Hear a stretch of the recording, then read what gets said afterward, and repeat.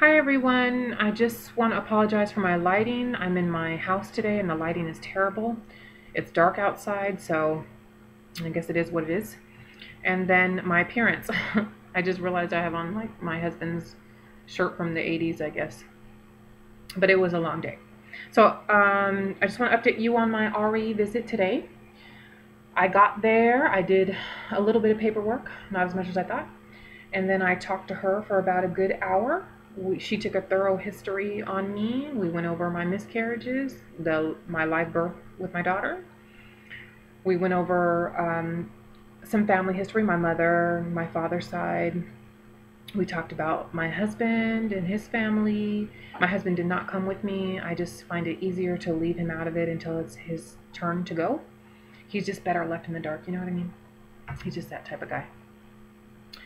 And then she talked about my options for conceiving. She went over timed intercourse, IUI, and IVF. Ultimately, we decided to do Femara, 5 milligrams, Follistim, which is an injectable, and Ovidril, which is the trigger shot. We're going to do a combo because I told her I was concerned about missing a lot of work, which is what I mentioned to you guys in the last video. I didn't want to have to constantly come in for blood draws and ultrasounds. I needed to minimize that.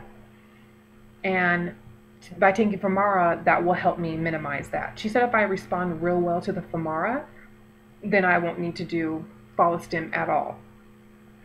But I kind of encourage the Follistim because I want the best, obviously, I want the best chance I can get. She is not going to charge me for the Follistim. She has extra donated Follistim in her office, so that is a huge relief on me.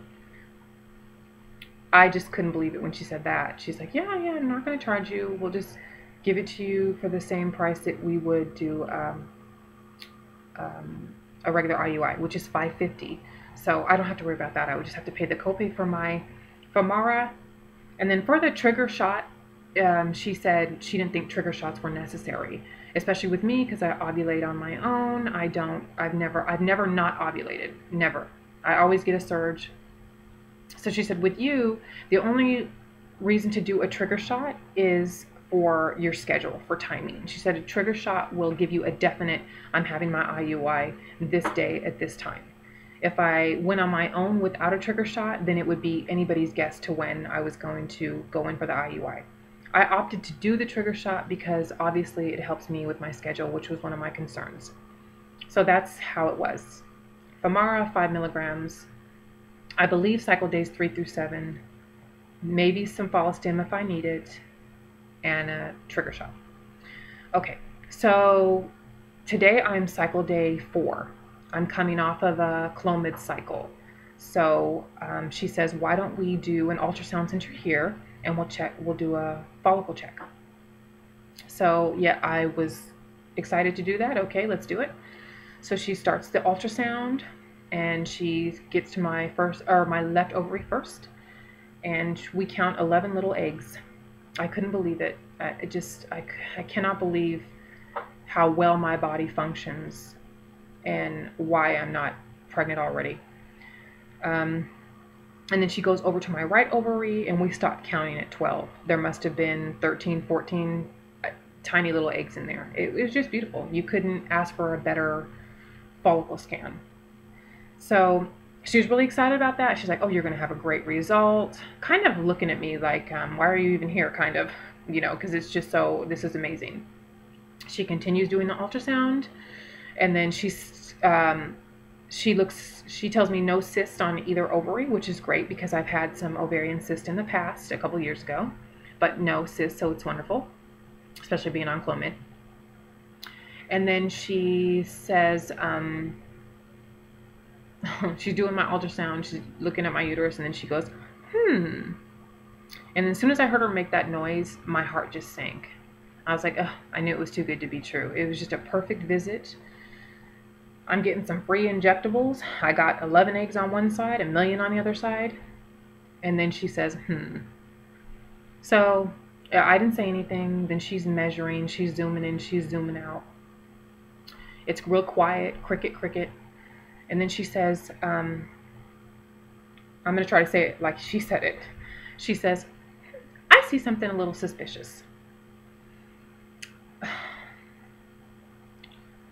And I said, okay. And she said, I know you're coming off of a Clomid cycle, and I'm bleeding really heavily for me. Normally I don't, but every time I take Clomid, the cycle following the Clomid is a really rough cycle. The cramps are 10 times worse. I'm exaggerating, but you know what I mean. The bleeding is worse. Everything is worse. It's clotty, terrible after a Clomid cycle.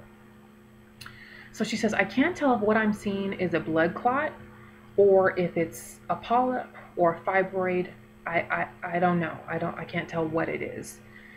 And so, you know, she continues doing the ultrasound, and she didn't see that anything else. That's what she saw. She didn't see anything else suspicious. And then she's done, and she says, you know, I think you can still start your cycle. You still start your Femara. I'll call it in for you, and you can start it tonight. And then I almost said okay, but then something in the back of my mind just clicked, and I was like, you know what, I'm not really comfortable doing that until we figure out what this is. Because if it's a fibroid, I have to have it removed before I conceive.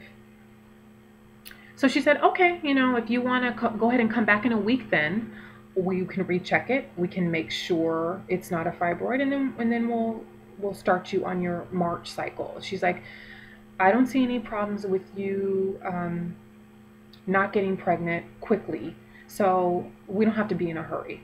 And I said, okay. So she's 45 minutes, an hour away from me.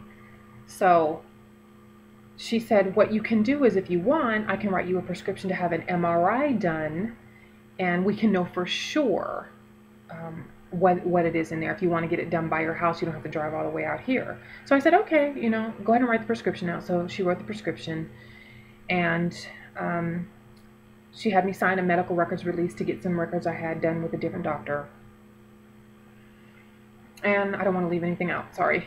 And we went over all the labs that I brought in. And okay, yeah, I think that's what we did. And then she said she'll call me with the MRI results. So that was that. So on the way home, I talked to my husband. I told him what was going on. And we have not met our deductible for this year. Of course, it's only January. And MRIs are really expensive. So what I'm going to do is have my OBGYN, who's across the street from my job, repeat my ultrasound and see what he thinks. Ultimately, if it is a fibroid, he's the one that would be removing it anyway. So I'm going to have him repeat my ultrasound in a couple days. I don't think I can wait a week, to be honest with you. I'm just too anxious to wait a week to find out. I'll have him repeat it. If it is a fibroid or polyp, it's coming out ASAP. Like, I want surgery as soon as I can get it. I've had this surgery before. I've had a polyp in my uterus before in 2010, December of 2010. So I'm not a stranger to this procedure. So if that's what it is, we're going to remove it as soon as I can get on his surgery list, and probably skip a cycle, TTC, and then we'll get back to it.